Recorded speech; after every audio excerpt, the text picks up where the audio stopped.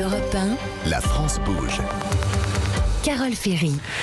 Et c'est l'heure des trophées Europe 1, La France bouge. Chaque jour, elle ou il tente de vous convaincre. Et pour cela, ils défendent leur dossier devant Nathalie Carré qui va encore aujourd'hui juger les qualités, les défauts de ce projet devant l'œil attentif. Également de notre témoin du jour, le directeur général du Crédit Agricole, le Philippe Brassac. Aujourd'hui, sur l'estrade, Tancrède Duréo, bonjour. Bonjour Carole. Vous avez 45 ans, vous êtes installé à Nantes. Vous avez longtemps vécu à la campagne. Votre père travaillait pour l'UNICEF. Des jalons qui vous ont sensibilisé au développement durable, à la solidarité. Et puis en 2018, vous lancez avec votre frère SoReward. C'est une carte cadeau universelle et solidaire. Alors il s'agit de quoi ? Eh bien vous avez 1 minute pour nous l'expliquer, c'est à vous. Tout à fait, merci Carole. C'est une carte cadeau effectivement universelle et solidaire pour les entreprises et les comités d'entreprise. C'est une carte cadeau 100% dématérialisée. Vous nous montrez votre téléphone portable puisqu'on peut l'avoir sur notre portable. Zéro plastique, zéro papier. Et donc du coup, effectivement, elle est universelle car adossée au réseau Visa. Et donc elle est acceptée auprès de 40 millions d'enseignes, des commerces de proximité et aussi de grandes enseignes en France et à l'international. Par ailleurs, évidemment, elle est solidaire. C'est le cœur du projet. Pourquoi elle est solidaire ? Parce qu'en fait, elle permet aux entreprises et aux salariés de soutenir de grandes causes à travers le don. Et ça, ça permet de rentrer en fait dans la démarche RSE, de donner plus de sens. Concrètement, comment ça se passe ? En fait, l'entreprise va offrir une carte cadeau à ses salariés ou à ses clients, et ces derniers vont pouvoir offrir tout ou partie du montant de la carte cadeau à des associations d'intérêt général ou d'utilité publique. Et donc notre objectif, c'est de flécher le 1 milliard d'euros perdus chaque année en carte cadeau, c'est quand même assez colossal, vers les associations. Voilà, vous aviez peur de ne pas avoir assez de temps, c'était presque parfait. Merci Tancrède pour votre pitch. Alors comme chaque jour, donc c'est Nathalie Carré qui regarde votre dossier, qui va nous dire quelles sont ses forces et ses faiblesses, Nathalie. Alors c'est vrai que les chèques cadeaux traditionnels, ça prend de la place dans le portefeuille, donc on les met dans un placard et puis on les oublie. Et effectivement, plus de 20% des chèques... Alors moi c'est mon mari, mais moi je le rappelle alors de temps en temps. Donc c'est vrai que plus de 20% des chèques cadeaux ne sont jamais utilisés. Donc avec une application dans son téléphone, on l'a toujours avec soi. Donc bravo pour ce côté dématérialisé qui limite aussi les coûts de fabrication et donc les impacts écologiques. Alors quelques suggestions. De plus en plus de cartes, de titres restaurants proposent aussi les cartes cadeaux pour leurs salariés. Du coup on a All Inclusive. Quel avantage proposez-vous ? Expliquez-le. Expliquez comment ça se passe aujourd'hui quand on n'utilise pas ces chèques cadeaux. En fait, les bénéficiaires perdent leurs cadeaux, ça on le sait. Mais qui perd également ? Donner des explications pour convaincre de l'intérêt de votre solution. Comment sélectionnez-vous les associations ? Est-ce qu'il y a une charte, par exemple, à respecter ? On sait que les Français préfèrent donner aux associations qu'ils connaissent. Est-ce qu'une entreprise pourrait donner aux associations gérées par ses collaborateurs ? Je suis sûre qu'il y a plein de patrons d'associations dans les entreprises. Ça renforce les liens entre collègues. Faites des cas d'usage aussi pour montrer la facilité d'initialisation, le coût pour 100 cartes, par exemple, la facilité de gestion des cartes. En fait, ce ne sont pas des cartes, mais des comptes. Est-ce qu'on a un compte à vie que l'entreprise recharge ? Vous parlez de dons aux associations, comment ça fonctionne ? Et puis enfin, vous insistez sur le côté solidaire et vous expliquez que les sommes non dépensées sont reversées aux associations. Or, l'un des arguments de votre solution est qu'il y ait moins de montants non dépensés, du coup en moyenne. Combien reversez-vous à ces associations ? Expliquez-le. Bref, plus d'explications pour faire gagner du temps à toutes les entreprises qui pourraient être intéressées. Alors Tancrède, qu'est-ce que vous répondez à Nathalie ?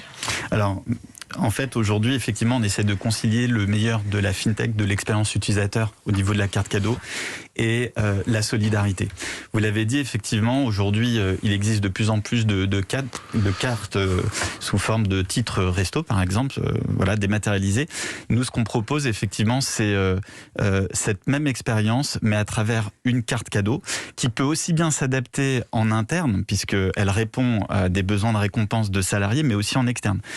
SoRewards peut être proposé aussi dans le cadre de fidélisation de clients, de challenges commerciaux. Aujourd'hui, on a des clients qu'on accompagne notamment dans la récompense externalisée, en fait, c'est-à-dire que c'est de la récompense qui est offerte à des personnes qui ne sont pas salariées. Donc, pour répondre à votre question, nous, on a revu le modèle économique complètement. On l'a remis à plat. Donc, effectivement, on ne se rémunère ni sur le non consommé, qui représente 20%, comme vous l'avez évoqué, ni sur la commission d'apporteurs d'affaires auprès d'un réseau d'enseignes et de marques. Sinon, on aurait été contraint de demander une commission auprès des ONG, mais alors, des vous associations. financez comment ? Alors, bonne question. Nous, on se finance auprès des entreprises et des comités d'entreprise clients, car on pense que c'est à eux de prendre le coût à leur charge et non pas de le répercuter en fait sur les bénéficiaires des cartes cadeaux ou sur le réseau d'acceptation. Et dans l'utilisation, les clients vont effectivement faire des dons ou dans des commerces de proximité, vous avez pu le constater ? Tout à fait. Alors, tout à fait, parce que déjà, je ne sais pas si vous le voyez, mais le don est mis en avant. Nous, on a mis en place un partenariat avec une vingtaine d'associations. Comme vous l'avez évoqué, en fait, ça peut être aussi bien de la solidarité internationale que des associations locales aussi. Et on a vocation à développer en fait ces partenariats. Je précise une chose, c'est qu'on propose des associations, mais on a aussi des entreprises clientes qui défendent déjà des causes. Je pense que le Crédit Agricole défend des causes. J'imagine, et en fait elles sont proactives. On a le cas d'une entreprise, un grand acteur de l'agroalimentaire qui nous a dit, moi je souhaite soutenir les Restos du Cœur et je souhaite même abonder sur les dons opérés par les bénéficiaires des cartes cadeaux auprès de cette association. Oui, pardon. Finissez. Je voulais juste terminer en disant que les associations, ils voient clairement leur intérêt. En fait, on devient un dispositif un peu au même titre que Microdon, l'Arrondi. Et ce qui est intéressant, c'est qu'elles jouent le jeu dans la communication. Plus elles vont communiquer auprès des bénéficiaires des cartes cadeaux qui ont de l'argent entre leurs mains, et plus on va transformer le don. Je vous rappelle, il y a deux façons de donner. Soit c'est le bénéficiaire de la carte cadeau qui donne, soit c'est l'entreprise à travers le non consommé qui est reversé à l'association.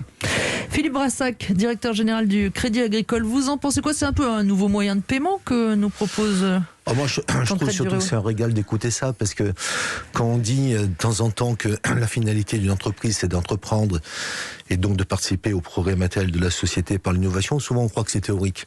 En fait, c'est très concret, et en fait, les dirigeants de start-up comme ça partent toujours d'un usage finalement nouveau pour la société. Et le seul conseil que je pourrais peut-être donner, c'est que quand vous allez réussir, il y a des forces centrifuges qui vont vous éloigner de l'opérationnalité. Il faut vraiment rester collé à ça. Il faut rester collé à l'usage client, à votre utilité, parce que l'utilité, c'est la plus belle et la plus dure loi des marchés. Merci Tancrède Duréo, vous êtes donc le cofondateur de SoReward, une sorte de carte cadeau que l'on peut utiliser dans nos commerces de proximité ou pour faire des dons. Et si vous aussi, vous avez un projet, vous avez envie d'être challengé par notre patron, notre patron du jour, eh bien c'est très simple, vous nous envoyez votre candidature sur e1-lafrancebouge@europe1.fr et Charlotte Barrécon et moi lisons toutes les candidatures. Et notre patron du jour aujourd'hui, c'est le directeur général du Crédit Agricole, Philippe Brassac. Nous arrivons maintenant, monsieur Brassac, à la dernière partie de cette émission.